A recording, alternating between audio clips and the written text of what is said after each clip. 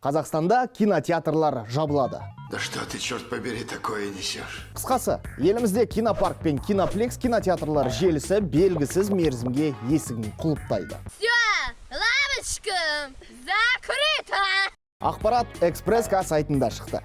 Кинотеатрлар желісінің жетекшісі интернетке бейне жіберді. Ресей арқылы бізбен жұмыс істейтін голливудтық компаниялар кино ұсынудан бас тартыпты. Біздің не кінәміз бар? 1 сәуірден есіктер жабылады. Көрсететін ештеңе жоқ. Все, кино не будет. Оған себеп Украинадағы жағдай. Ресейдегі прокаттан Warner Brothers, Walt Disney мен Sony Pictures бас тартқан. Лента.ру порталының жазуынша, Ресей азаматы елде Бэтменді көре алмаған соң Өзбекстанға ұшып киноға барған екен. Бізге келмеді ме оданша? Кинотеатрлармен жағдай түзелер деп сенейік. Не болса да отандық киноны қолдау керек.